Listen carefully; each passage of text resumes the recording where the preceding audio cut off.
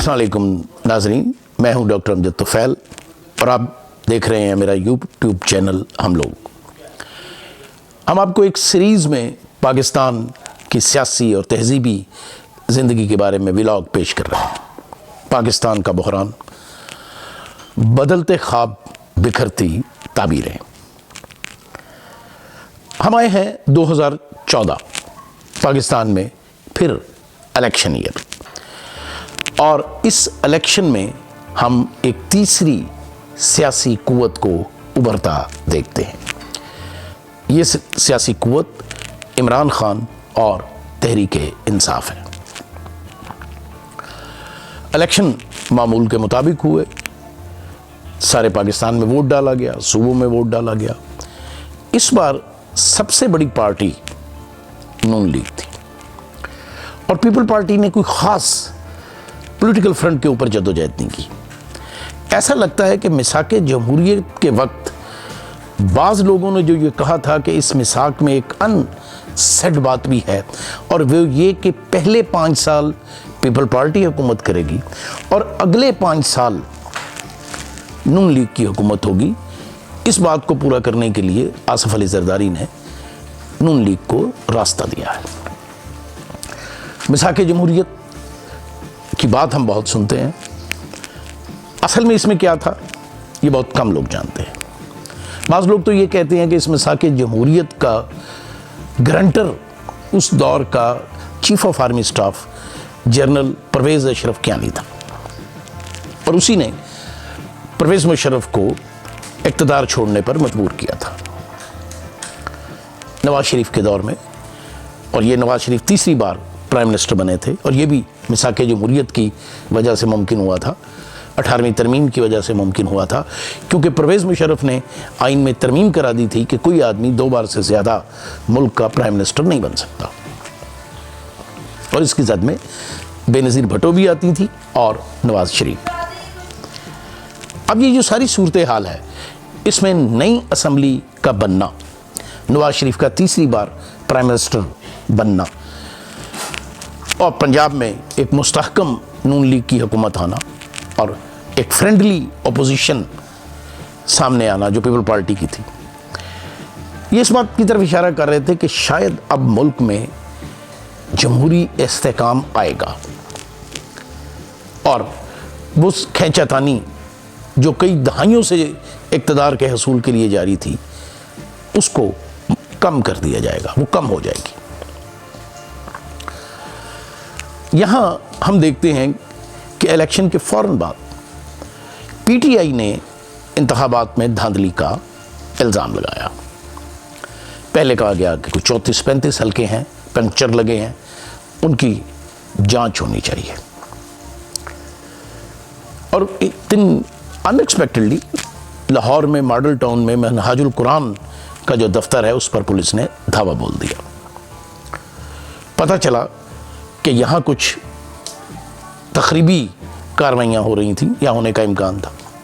उस दिन model town में लोगों की शहादतें हुई, लोग ज़ख्मी हुए। सारा दिन टीवी चैनल्स जंग का मंजर पेश करते रहे, और फिर बहुत से लोगों को गिरफ्तार कर लिया गया। ताहिरुल कादरी कनाडा से लाहौर आया और उसने नवाज शरीफ की हुकूमत के ख़िलाफ़ तहरीक का ऐलान किया। इससे पहले ताहिरुल कादरी पीपल पार्टी के दौर में भी लॉन्ग मार्च कर चुके थे अपने मुतालबात के हक़ में, मुल्क में इस्लामी शरा नाफिज करने के लिए और दूसरे मामलात में।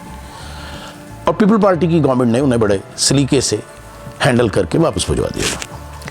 लेकिन इस बार सूरत हाल मुख्तलिफ थी। लोगों की शहादत और दंगा फसाद और लड़ाई झगड़े ने गम और गुस्से की लहर दौड़ा दी थी। पीटीआई इस बात में शामिल हो गई, और ये मार्च लाहौर से शुरू होता हुआ इस्लामाबाद डी चौक पहुंचा और वहां धरने की शक्ल इख्तियार कर ली। और ये धरना कोई 128 दिन चला। हम ये भी देखते हैं कि सारी सूरत हाल में एक तरफ तो अगर हम दाखिली तौर पर सियासी अदम इस्तेकाम का शिकार थे, तो दूसरी तरफ हमारी सरहद के बिल्कुल साथ अफगानिस्तान में जो बरसरे पैकार अमेरिकी फ़ौजें थी, वो अपनी नाकामी का इल्ज़ाम पाकिस्तान पर धर रही थी। पहली वेव के बाद, जिसमें ऐसा लगता था कि अमेरिकी फ़ौजियों ने हर चीज़ बुलडोज़ कर दी है और अब तालिबान कभी सर नहीं उठा सकेंगे, रफ्ता रफ्ता उनकी मुज़ाहमत मुनज़्ज़म हो रही थी। ख़ास तौर पर हक़ानी नेटवर्क खबरों में था और ये कहा जा रहा था कि इसे पाकिस्तानी एजेंसियों की सपोर्ट हासिल है। पाकिस्तान इसको डिनाई करता था। वो कहता था कि जी हम तो आपके साथ हैं, हम तो आपका साथ दे रहे हैं, अमेरिका और उसके एलाइज को। हमने उन्हें राहदारी की सहूलत दे रखी थी, हमने उन्हें अड्डे दे रखे थे, लेकिन इसके बावजूद अमेरिकन हम पर एतबार करने को तैयार नहीं थे। एक मज़े की बात, बल्कि अफसोस की बात कहना चाहिए, परवेज़ मुशर्रफ ने एक किताब लिखी है in the line of fire. उसमें उसने लिखा कि हमने बहुत से लोग CIA के हवाले किए और उनके एवज़ डॉलर लिए। इस पर CIA ने एहतजाज किया। उन्होंने कहा हम सारी दुनिया में लोगों के साथ, हुक्मरानों के साथ डील करते हैं, लेकिन इन बातों को पोशीदा रखते हैं। और फिर जब इस किताब का उर्दू एडिशन आया सबसे पहले पाकिस्तान, तो उसमें ये जुमले हज़फ कर दिए गए। अब बहुत से लोग जो दिए गए थे उनमें एक आफिया सदीकी भी थी, जो आज भी अमेरिका की जेल में बेगुनाह सज़ा भुगत रही हैं। अब ये सारा कुछ था और आसिफ अली जरदारी की सदारत में एबटाबाद में उसामा बिन लादेन के घर पर मुबैना तौर पर हमला हुआ था, जिसमें अमेरिकनों के बगौल उसामा बिन लादेन मारा गया था और उसकी डेड बॉडी को, उसके जस्द खाकी को समुंदर में बहा दिया गया। बड़ी अजीब बात है। कज़ाफ़ी को मारा जाता है, सारी दुनिया को दिखाया जाता है। सदाम हुसैन को मारा जाता है, सारी दुनिया को दिखाया जाता है। जो सबसे बड़ा टेररिस्ट था, अमेरिका का मुखालिफ था, वो मारा जाता है, उसका जस्द खाकी किसी को नहीं दिखाया जाता। ज़ाहिर है आलमी शतरंज के प्लेयर जो हैं उनकी चालें वही जानते हैं। इस सारे मामले में PTI और इमरान खान ने एक स्टैंड लिया, क्योंकि 14 के इलेक्शन में PTI को सूबा सरहद, जिसका अब नाम KP था, खैबर पख्तूनख्वा, उसमें गैर मामूली कामयाबी हासिल हुई थी और उनकी वहाँ हुकूमत थी। परवेज़ खटक वज़ीर आला थे।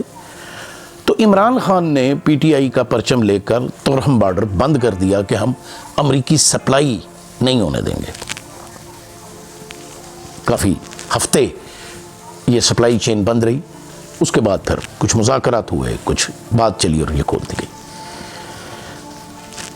अब यहाँ नवाज शरीफ की हुकूमत को एक क्रेडिट जाता है कि उसने मुल्क में तरक्की का जो रुका हुआ पहिया था उसको चलाने की कोशिश की।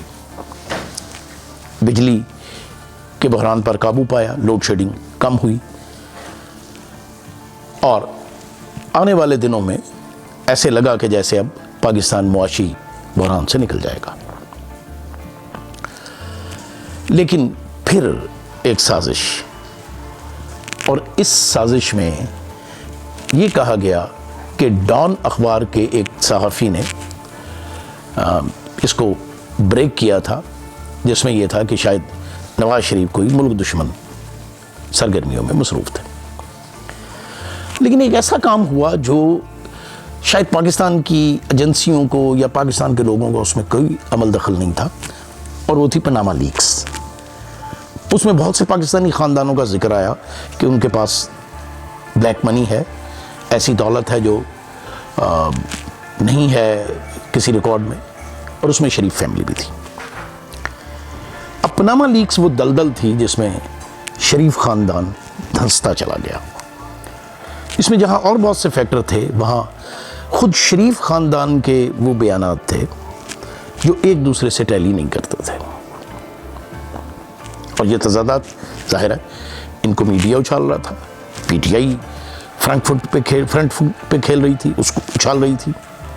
ज़ाहिर है दूसरी पार्टियां भी इसमें अपना हिस्सा डाल रही थी। तो इस पनामा लीक्स ने नवाज शरीफ की नाअहली का रास्ता हमवार किया। उसके बाद शाहिद खाकान अब्बासी प्राइम मिनिस्टर बने, नून लीग की हुकूमत ने अपने 5 साल पूरे किए, लेकिन ये रवायत बाकी रही कि कोई प्राइम मिनिस्टर भी अपने 5 साल पूरे नहीं करेगा। मुल्क के अंदर जो बहरान था वो लोगों को शदीद जहनी उलझन में डाल रहा था।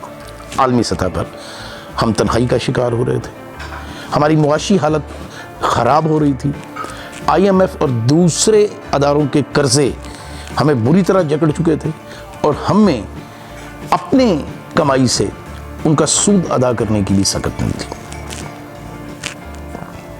ये सारे वो हालात थे कि जिसमें 5 साल मुकम्मल करने के बाद 2018 में